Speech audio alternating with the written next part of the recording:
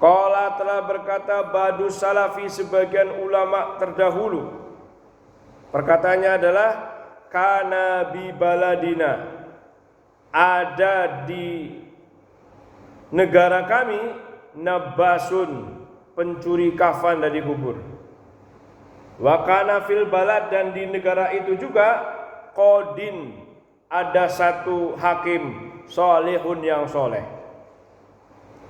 Falamma qarubat, maka ketika telah dekat wafatuhu, kematian hakim yang soleh itu, da'a dzalikan nabasa, dia memanggil tukang curi kain kafan. Jadi ciri-ciri orang soleh sebelum meninggalnya dia udah perasaan tuh, kayaknya saya mau meninggal deh gitu ya. Lalu dia manggil tuh pencuri itu. Nih kalimatnya begini Pak nih, saya bacain aja ya karena ceritanya komplit ini. Waqala, dan hakim soleh itu berkata kepada pencuri kain kafan, laqad balagoni, sungguh telah sampai padaku berita, annaka, sungguhnya engkau, ini lagi ngomong nih sama Nabas tadi, tasruku, engkau suka mencuri al-akfana, kain-kain kafan. Waqad danat, dan sungguh telah dekat wafati, kematianku. Waqad a'dadtu, dan aku telah menghitung-hitung qimata kafani, harga dari kafanku. Fakhudhu al-ana, maka ambillah ia sekarang. Wala tahtakni, jangan engkau mengkoyak kafanku, fi kubri, di dalam kuburanku. Fa'ajabahun nabasu, tukang curi kain kafan mengiyakannya, ila dzalika, atas perjanjian itu. Jadi hakim yang soleh tadi manggil orang yang tukang nyuri, dikandani, Pak. Ini saya dengar nih kamu tukang nyuri kain kafan ya, gitu. Begini aja deh, kain kafan kan umumnya harganya 500.000. Nih duitnya saya kasih kamu dah, nih 500.000. Ini harga kain kafan saya. Tapi tolong nanti setelah saya meninggal, kamu jangan gali kubur saya, kamu jangan curi kain kafan saya, biar saya tetap masih pakai kain kafan. Jangan sampai telanjang, gitu maksudnya. Terus kata pencurinya, dia kaget ya. Ini hakim itu tukang mutusin perkara. Dikirain mau dipenjara kali ya. Enggak, mau dikasih duit. Iya deh, nggak apa-apa dah, gitu Pak. Kata si tukang nyuri kain kafan, iya deh, saya terima di sini. Udah pulang ya. Gitu ya. Selanjutnya di sini disebutkan, falamma jaa, maka ketika datang waktu mautihi, waktu kematian hakim yang soleh itu, sami'an nabasu, tukang nyuri kain kafan mendengar, an-na'i, orang yang sedih, ngumumin berita kematian Qodi tadi. Kan suka kan kalau ada orang mati ada beritanya ya, inna lillahi, gitu kan. Dia dengar, oh ini nih meninggal nih, katanya. Fa'akhbara, maka tukang nyuri itu memberi kabar zaujatahu, kepada istrinya dia sendiri, bima waqa'a ma'al qodi, tentang peristiwa yang terjadi kepada Qodi.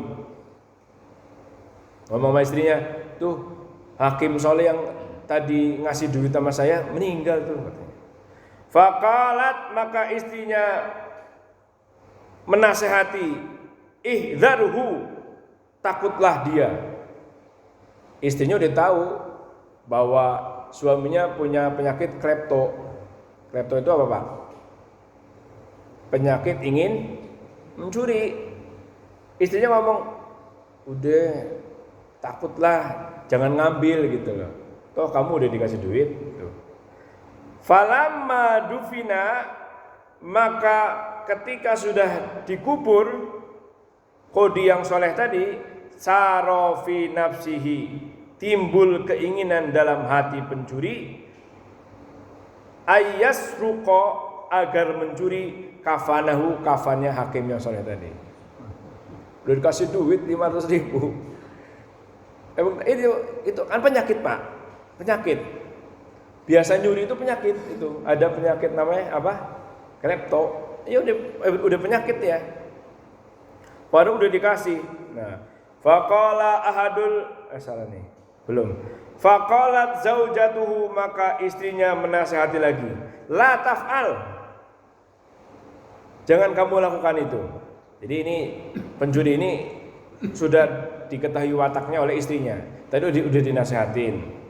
Nah, terus benar-benar tuh niatnya mau dilaksanakan.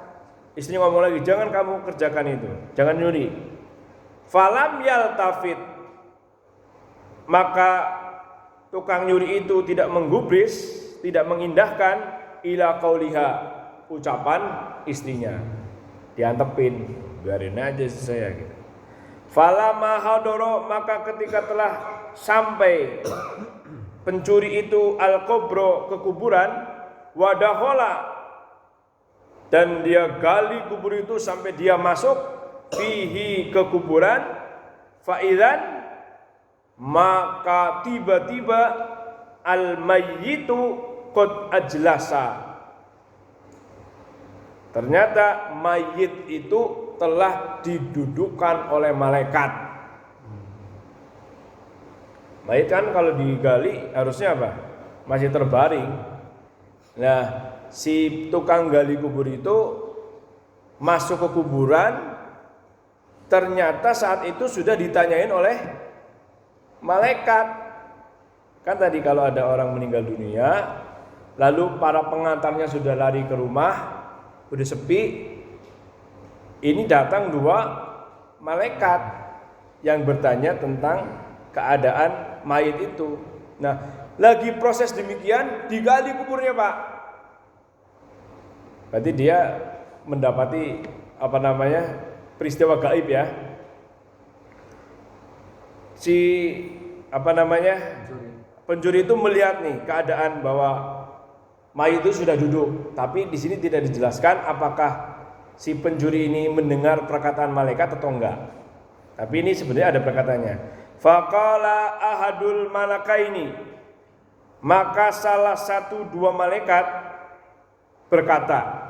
Kan yang datang berapa malaikat Pak? Dua, Mungkar dan Nakir.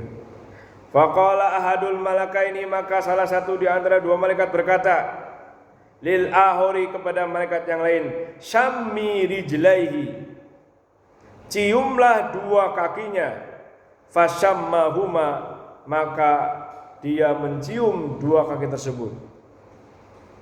Waqala, dan dia berkata, dianya itu malaikat yang disuruh nyium, laisa, tidak ada fihima, di kedua kakinya, syai'un, sesuatu keburukan pun. Innahu, sesungguhnya qodi ini, lam yas'a, tidak pernah berjalan, bihima, memakai kedua kakinya, fi maksiatin, untuk berbuat maksiat. Dicari ada dosanya enggak nih di kedua kakinya, kanan kiri. Ternyata setelah dicium, dengan cara dicium nih, setelah dicium ternyata dua kakinya si mayit ini tidak pernah dipakai untuk berbuat maksiat. Qotun, sama sekali nggak pernah berbuat dosa. Faqala, maka berkata malaikat itu lagi, syammi yadaihi, ciumlah dua tangannya. Fasyammahuma, maka malaikat yang satu mencium dua tangan mayit. Waqala, dan dia berkata, lam ya'mal bihima maksiatan, sama sekali kedua tangannya tidak pernah berbuat maksiat. Ini orang qadhi soleh tadi, hakim yang soleh, pemutus perkara tapi soleh, kakinya nggak pernah berbuat dosa, tangannya nggak pernah berbuat dosa. Qala sami ainaihi, malaikatnya satu berkata, ciumlah dua matanya. Fasyammahuma, maka dia mencium dua mata mayit. Wa qala, malaikat berkata, innahu lam yandur bihima ila muharramin,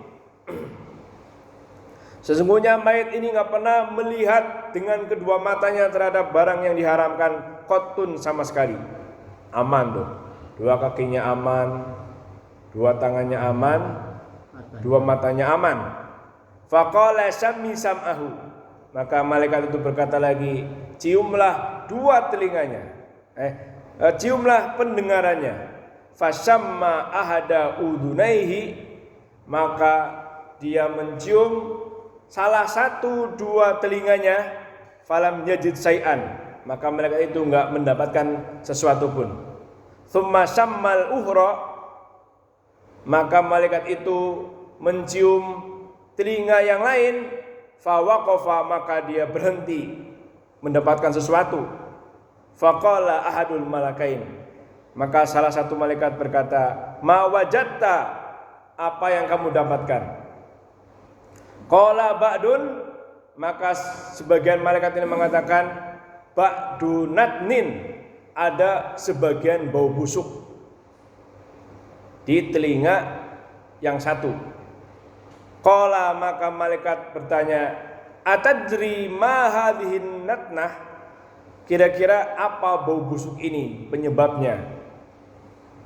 Lalu dijawab, innahu azgha bi ihda sam'aihi, sungguh dia lebih memperhatikan dengan salah satu dua telinganya, ila ahadil khosmaini, kepada salah satu orang yang bertengkar, aksaro, lebih banyak, minal akhori, daripada orang yang bertengkar yang lainnya lagi.